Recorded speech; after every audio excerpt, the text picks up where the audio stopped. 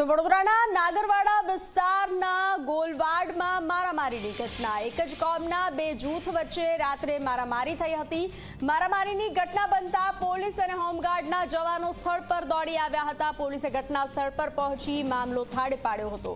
પોલીસે 5 થી વધુ શખ્સોની અટકાયત કરી છે। કારેલીબાગ પોલીસે વધુ તપાસ હાથ ધરી છે।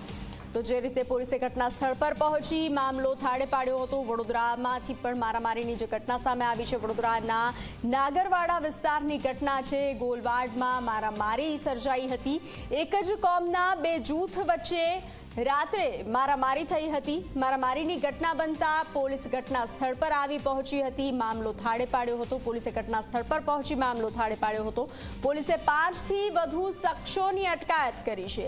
કારેલીબાગ પોલીસે વધુ તપાસ હાથ ધરી છે। બે કોમ વચ્ચે મારામારી,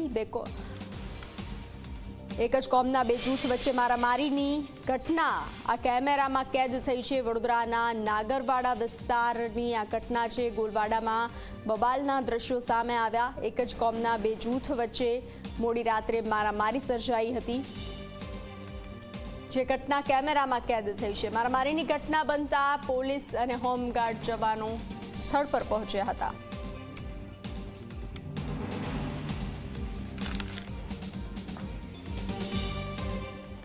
તો વધુ વિગતો સાથે સંવાદદાતા રવિ જોડાઈ ચૂક્યા છે। રવિ, એક બાદ એક વડોદરામાંથી ઘટના સામે આવી રહી છે। એક જ કોમના બે જૂથ વચ્ચે મારામારી અને એક તરફ અસામાજિક તત્વોનો પણ આતંક સામે આવ્યો હતો। તો આ દ્રશ્યો શું બતાવી રહ્યા છે? બિલકુલ નિધિ, વાત કરવામાં આવે તો વડોદરામાં એક જ કોમના બે જૂથ વચ્ચે ગઈકાલ રાત્રે મારામારી થઈ છે અને આ ઘટના નાગરવાડા વિસ્તારના ગોલવાડામાં બની છે। અને ઘટના બનતાની સાથે જ કારેલીબાગ પોલીસનો જે સ્ટાફ છે, હોમગાર્ડના જવાનો છે, તેઓ સ્થળ પર દોડી ગયા હતા અને સ્થળ પર દોડીને તેમને મામલો થાળે પાડ્યો હતો। મહત્વની બાબત છે કે એકબીજાની સામે આજે બંને જૂથના લોકો છે તેઓએ હુમલો કર્યો, એકબીજા સાથે મારામારી કરી અને સમગ્ર બનાવમાં કેટલાક લોકોને ઈજા પણ પહોંચી છે। પોલીસે 5 થી વધુ શખ્સોની અટકાયત કરી છે અને કારેલીબાગ પોલીસે ગુનો દાખલ કરીને બંને પક્ષે વધુ તપાસ અત્યારે હાથ ધરવામાં આવી રહી છે। જી રવિ, આપ જોડાયેલા રહેશો, આપની પાસેથી અપડેટ મેળવતા રહીશું।